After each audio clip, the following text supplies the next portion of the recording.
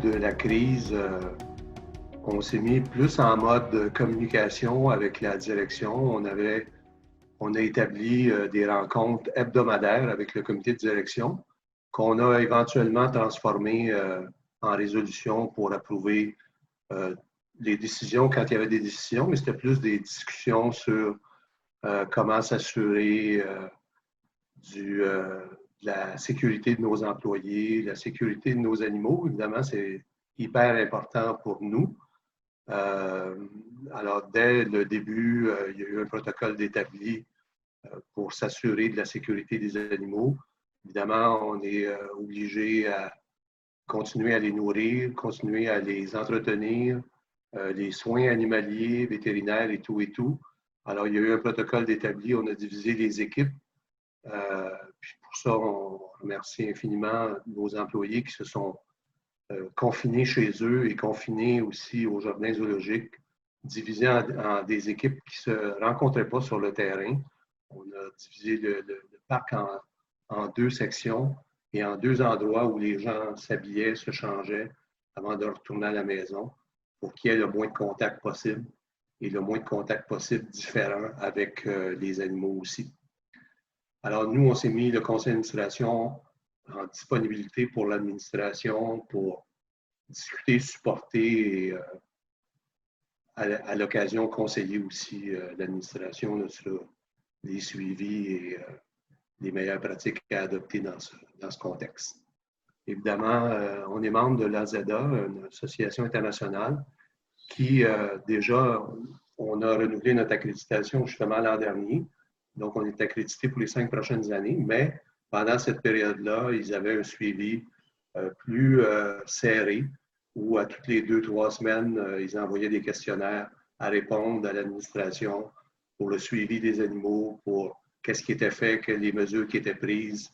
Alors, on était, en fait, le suivi était plus régulier encore qu'il l'est habituellement et on était obligé de respecter ces normes-là. Par exemple, quand il y a eu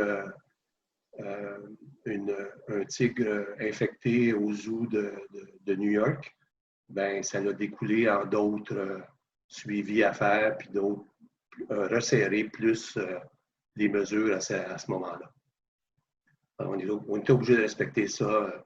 Et nous, évidemment, notre rôle comme conseil d'administration, c'est de s'assurer que l'administration les suivait.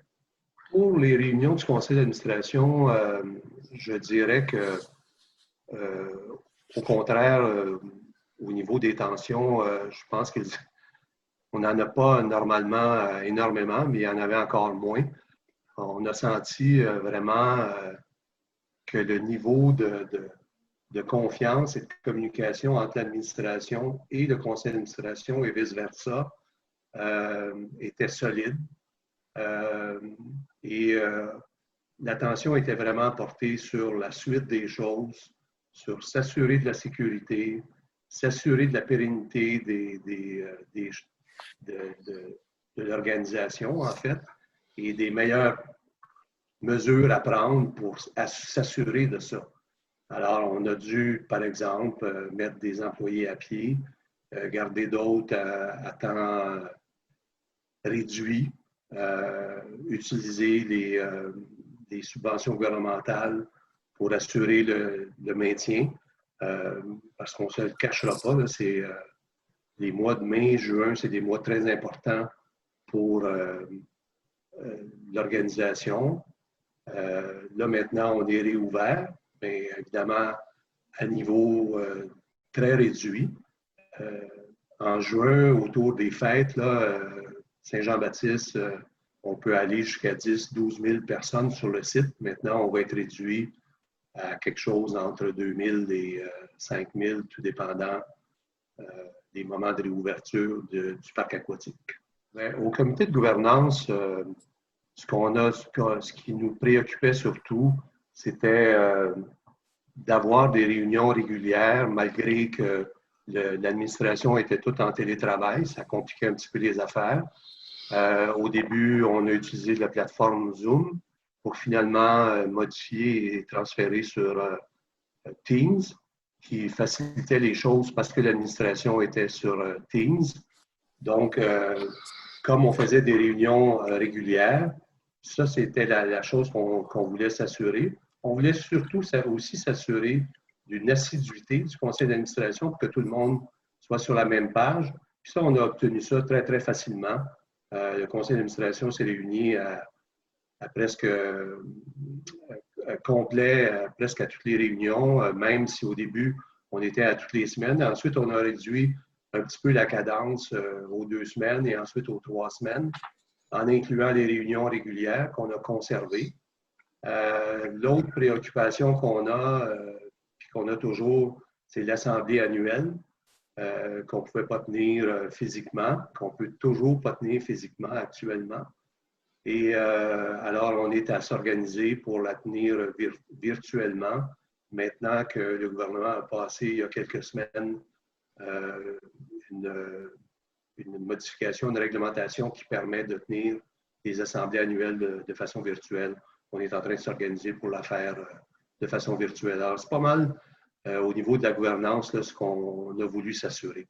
On tient comme conseil d'administration de cette situation inhabituelle et extraordinaire, effectivement. Ben, la première des choses, c'est l'importance d'avoir avant et de maintenir une saine communication avec l'administration, un niveau de confiance élevé avec l'administration parce que un ou l'autre ne peuvent pas garder l'organisation dans un mouvement sain, je dirais, séparé ou en difficulté. Alors, c'est important de l'avoir avant, c'est important de le maintenir pendant, puis après, bien sûr, cette situation. C'est important aussi de s'assurer que tout est mis en œuvre pour la sécurité de nos employés, de nos visiteurs maintenant, et bien sûr de nos animaux, dans notre cas, qui est notre pain et notre beurre, en quelque part. Alors, ça, c'était hyper important. Puis, aussi de commencer immédiatement à réfléchir à la suite des choses, au retour régulier des opérations. L'importance d'être agile et flexible aussi comme conseil d'administration puis comme organisation. Puis l'importance aussi des relations positives que tu as avant, pendant et après avec tes parties prenantes. Par exemple, pour, en prévision des réouvertures, de faire partie des groupes qui proposent des choses au gouvernement, au niveau sanitaire, les meilleures pratiques, comment ça devrait fonctionner. Si tu n'es pas là-dedans, bien là, tu subis les décisions, alors que si tu es déjà une partie prenante importante avec ces groupes-là, bien, tu es impliqué dans ces décisions-là.